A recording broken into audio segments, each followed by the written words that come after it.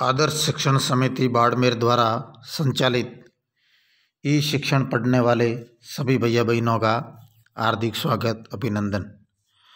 आज हम संस्कृत के चतुर्दश पाठ आर्यभट्ट का दूसरा भाग इसका अध्ययन करने वाले हैं। इस पाठ के जो पीछे के दो गद्यांश हैं उनके शब्दार्थ हैं।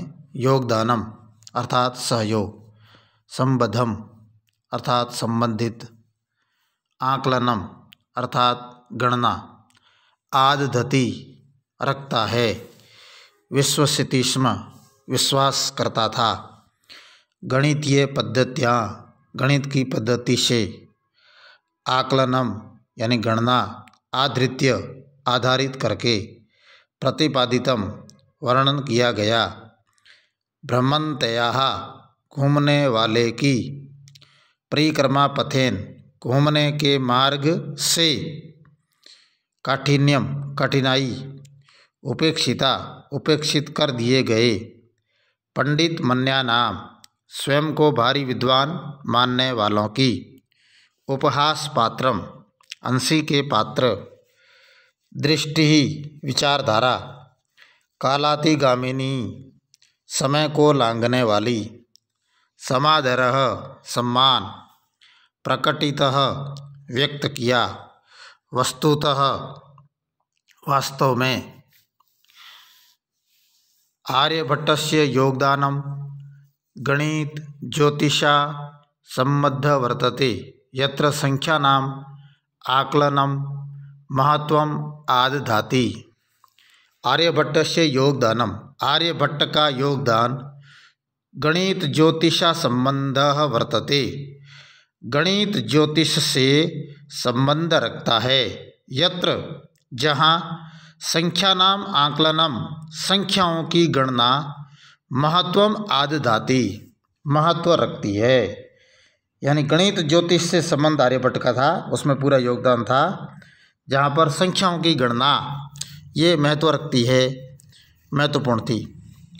आर्यभट्ट फलित ज्योतिष शास्त्रो न विश्वसिति स्म, आर्यभट्ट फलित ज्योतिष शास्त्र में विश्वास नहीं करते थे, विश्वसिति स्म विश्वास नहीं करते थे। गणितीय पद्धत्या कृतम, गणित शास्त्र की पद्धति से किए गए, आकलनम आधृत्य आकलन पर आधारित, एव यानी ही, तेन प्रतिपादितम उन्होंने प्रतिपादन किया या उन्होंने कहा, यद कि ग्रहणे राहु केतु नाम को दानवो नास्ति कारणम, ग्रहण में राहु और केतु नामक राक्षस कोई कारण नहीं है। यानी जो सूर्यग्रहण और चंद्रग्रहण होता है उसमें राहु और केतु का कोई कारण नहीं है, ऐसा उन्होंने गणित की पद्धति के आधार पर आकलन किया। तत्र तु सूर्य चंद्र पृथ्वी इति त्रीणि एव कारणानि, उसके लिए तो सूर्य चंद्रमा और पृथ्वी ये तीनों ही कारण हैं। सूर्यम परितः भ्रमंत्या पृथ्विया, सूर्य के चारों ओर घूमती हुई पृथ्वी का, चंद्रस्य परिक्रमा पथेन चंद्रमा के घूमने के मार्ग के, संयोगात संयोग से, ग्रहणम भवति ग्रहण होता है। सूर्य के चारों ओर घूमती हुई पृथ्वी का, यानी पृथ्वी सूर्य के चारों ओर घूमती है, उसका चंद्रमा के घूमने के मार्ग में आती है, संयोग बनता है, तब सूर्यग्रहण या चंद्रग्रहण होता है।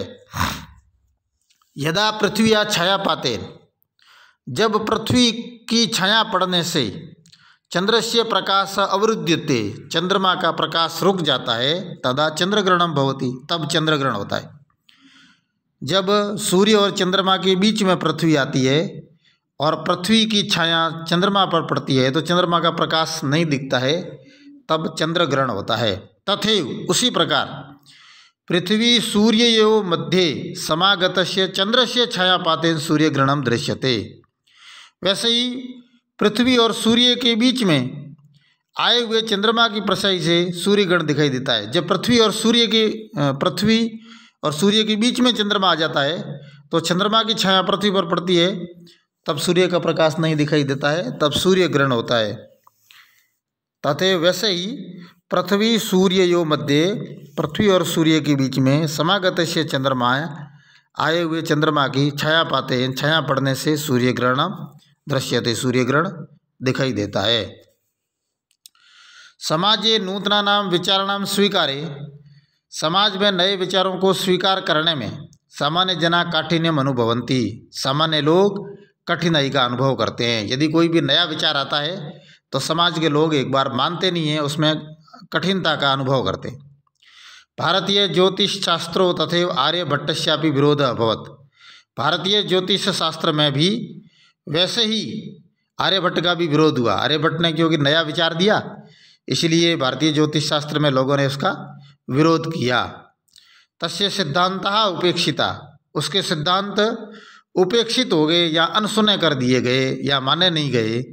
सह पंडित मन्यानाम उपहास पात्रम जातः, वह स्वयं को भारी विद्वान मानने वालों की हंसी का पात्र बन गए। उपहास पात्रम जातः, जातः यानी हुए, उपहास पात्र में हंसी का पात्र बन गए।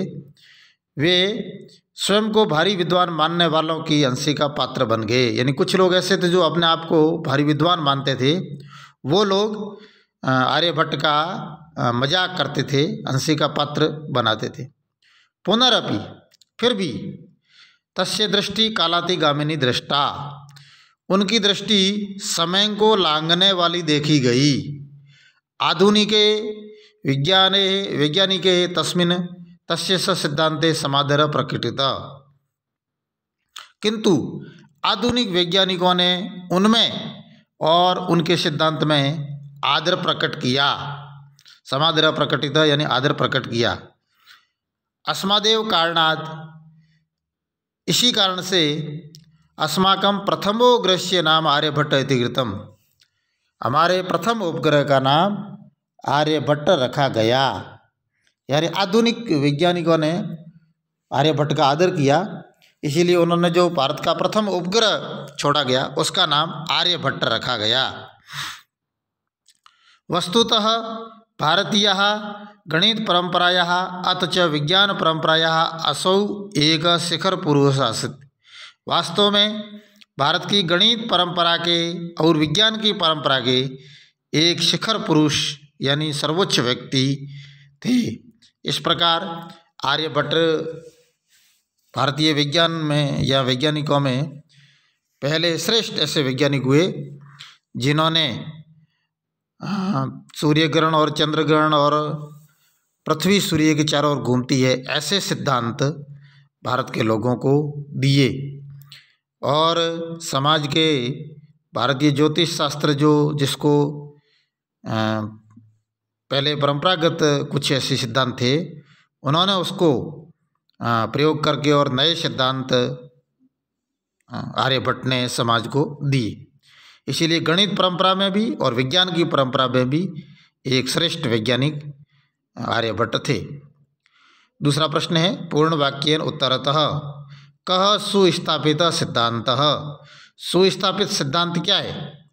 सूर्याचलः पृथ्वी से चला या स्वकीय अक्षे घूर्णति इति सांप्रतम सुस्थापित सिद्धांत।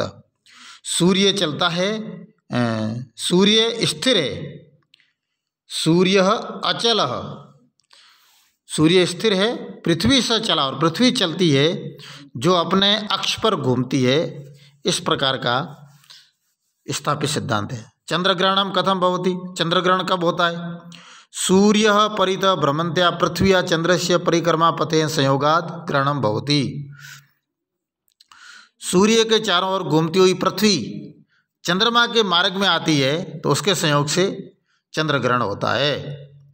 सूर्य ग्रहणम कथम दृश्यते, पृथ्वी सूर्य मध्य समागत से चंद्र से छाया पाते हैं सूर्य ग्रहणम दृश्य, पृथ्वी और सूर्य के बीच में आने से चंद्रमा की छाया पड़ने से सूर्य ग्रहण दिखाई देता है। आर्यभट्ट से विरोध किमर्थम अभवत, आर्यभट्ट का विरोध क्यों हुआ? समाजे नूतनानां विचाराणां स्वीकारणे प्राय सामान्य जना काठिन्यम अनुभवन्ति, समाज में नए विचारों को स्वीकार करने में अधिकतर लोग कठिनता का अनुभव करते थे। प्रथमोपग्रहस्य नाम आर्यभट्ट इति कथम कृत। आधुनिके वैज्ञानिके तस्मिन् तस्य सिद्धान्ते समादर प्रकटित। आधुनिक वैज्ञानिकों ने उनके और उनके सिद्धांत के प्रति आदर प्रकट किया। अस्मादेव कारणात्, इस कारण से अस्माकं प्रथम उपग्रहस्य नाम आर्यभट्ट इति कृतम, इस कारण से हमारे प्रथम उपग्रह का नाम आर्यभट्ट किया गया। तीसरा प्रश्न है, रेखांकित पदानि आधृत्य प्रश्न निर्माणम कुरुत। सूर्य पश्चिमायाम दिशायाम अस्तम गच्छति। यहाँ पश्चिमायाम इसमें रेखांकित है, तो उसके लिए यह शब्द आएगा कश्याम। सूर्य कश्याम दिशायाम अस्तम गच्छति। पृथ्वी स्थिरा वर्तते इति परंपराया प्रचलिता रूढ़ी। परंपराया ये रेखांकित है, इसका प्रश्न बनाना है। तो पृथ्वी स्थिरा वर्तते इति कयो प्रचलिता रूढ़ी।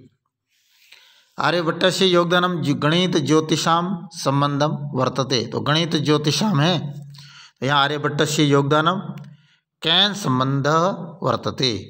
समाजे नूतन विचाराणां स्वीकरणे प्राय सामान्य जना काठिन्यम अनुभवन्ति। तो सामान्य जनाः इसके लिए रेखांकित हैं। समाजे नूतन विचाराणां स्वीकरणे प्राय के काठिन्यम अनुभवन्ति। पृथ्वी सूर्ययोः मध्ये चंद्रस्य छायापातेन सूर्यग्रहणं भवति। तो पृथ्वी सूर्ययोः इसमें रेखांकित करना है। तो कयोः मध्ये चंद्रस्य छायापातेन सूर्यग्रहणं भवति, यानी किसके मध्य चंद्रमा की छाया पड़ने से सूर्य ग्रहण होता है। तो सूर्य और चंद्रमा के मध्य, सूर्य और पृथ्वी के मध्य जब चंद्रमा आता है तब सूर्य ग्रहण दिखाई देता है। इस प्रकार ये दूसरा और तीसरा प्रश्न हम सबको कॉपी में करना है, और जो गद्यांश का अर्थ जो मैंने लिखा है इसको आप ध्यानपूर्वक समझ करके पढ़ करके समझ लेंगे, ताकि परीक्षा में इस प्रकार का कोई गद्यांश आता है तो हम ठीक से उसका उत्तर कर सकें। आगे के शेष प्रश्न अपना अगले कालांश में उसको पूर्ण करेंगे। धन्यवाद। वंदे मातरम।